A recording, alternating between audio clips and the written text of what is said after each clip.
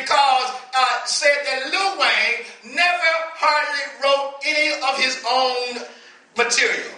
He began to play the mixtape and began to make us recognize that Lil Wayne stole not only from Tupac, but he stole from Jay-Z, who was the original Swagga Jacked, and then he also stole from people like Aaliyah. And so he begins to play their lyrics, and then he plays Lil Wayne lyrics, and the lyrics are identical. Almost. Changes a few words to where you can't really recognize them. So there began to be a battle on the internet and through media concerning these individuals because they have been calling them Swagga Jackers. And so a Swagga Jacker is an individual who steals another's swagger. And so they are indicating or insinuating that many people's success in this hip-hop superstar era is based on their ability to successfully steal the swagger of another individual. And all too often, when we look around our culture, we have a culture full of swagger jackers. As a matter of fact, I could probably look out at some of you right now and you have jacked someone else's swagger, because when we say it's Rockstar Sunday, you went on the internet, you went on YouTube, you went on Bing, and you begin to go back and look at old MTV awards and old BET awards, and you begin to say, well, how are they dressing? And you decided you wanted to dress like them, and so you are officially a Swagga Jacker. Somebody holler Swagga Jack. Swagga Jack. Okay. And the tragedy in our society is that all too often many people cannot develop their own swagger, so they find it easier to begin to mimic or emulate someone else's swagger.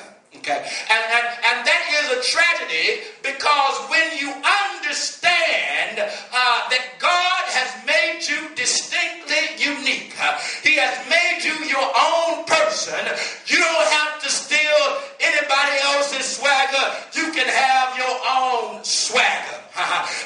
You don't have to wear your hair like anybody else, because there was a time when nappy wasn't happy. But now that nappy is back in, nappy is happy.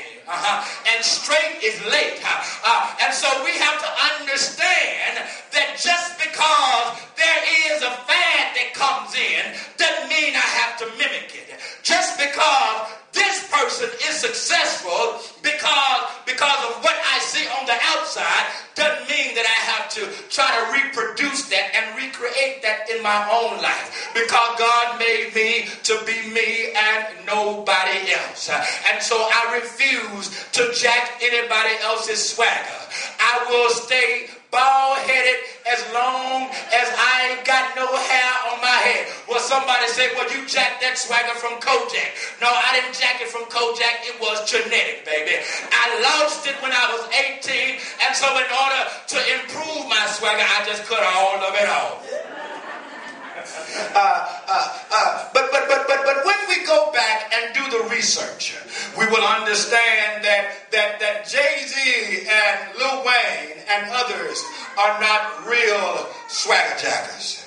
They are not the true swagger jackers.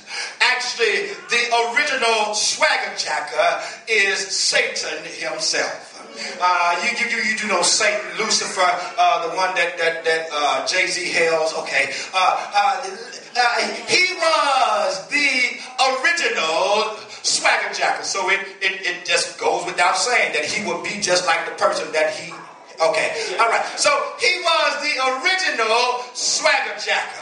How do I know this? Because in the Garden of Eden, you had Adam and Eve who were in the garden and just enjoying their swagger. They were just chilling and they were comfortable in who God made them. They didn't have to worry about trying to be like anybody else. They were just them. They were original in their own essence. As a matter of fact, they were so comfortable in their swagger that they walked around naked. And the Bible said they were naked and not ashamed because they understood that God made me something special. It said they were naked and not ashamed. And then here comes the swagger jacker, the devil himself. And he tries to tell them that if you do this, you can improve your swagger, or you'll have a real swagger, because you really don't have any swagger right now. You need to get this. So he tempted them to eat of the tree that God said that they should not eat of, just so that they can get some more swagger. But what it was a lie. It was deception. And he's still doing the same thing today. Although he's not walking around like a snake or a serpent. He may come in the guise of the brother on the Old Spice commercial. Say, look at your man, look at me. Look at your man, look back at me. Look at the man again, look back at me. Without his shirt on. And he's walking around all buff, thinking that he got it going on. And then he said, I'm on a boat. I'm on a horse. And look at me. Then he got a little cardigan tied around his neck. And see, if you're not careful, you will begin to look at yourself and say, oh my goodness, my wife gonna start wanting that if I don't get it right. No. I might be skinny and have a little pot belly. My feet might be nasty. I might have a bald head, but I'm comfortable in who God made me to be. Because God told me, and I'm sorry, in Psalm 139 verse 14, he said, I'm fearfully and wonderfully made. And so you might not like me. You might not like my big lips. You might not like my big hips. You might not like my big nose. You might not like my crusty toes. But from head to toe, God said, I'm fearfully and wonderfully made.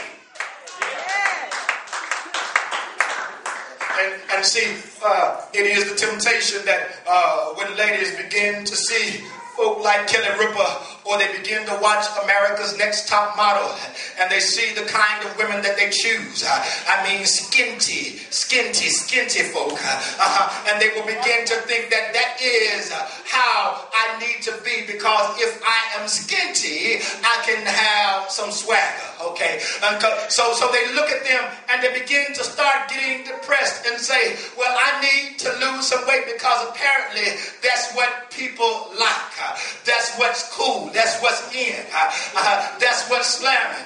And so they begin to try to lose weight and get all of these diets and begin to get lap bands on to try to lose weight. And then they try to do all of this. But let me let you in on something. I don't care what a next top model, America's Next Top Model says.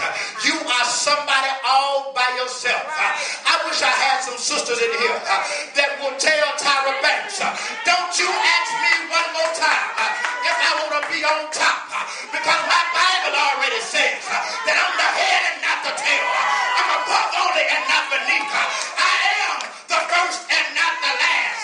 The Bible says that I'm seated in heavenly places. So don't ask me if I want to be on top. I'm already on top. With my big hips, my big lips, my big thighs, and my big eyes, I'm already on top. So Satan is the original swagger jacker. But I don't have to worry about mimicking somebody else's swagger, because I could say, touch my swag, wish you could. I look fly. I look good. I look good. So don't even worry about what the image of society is saying. Have your own image. Don't try to jack anyone else's swagger. And all too often, many times we will be in a position to become swagger jacked. And it's the same thing that caused Adam and Eve to be swagger jacked. They were swagger jacked because of sin. Sin is what caused them to lose their swagger. Because after they listened and heeded to the voice of Lucifer, then and the serpent, what they did now, the Bible says that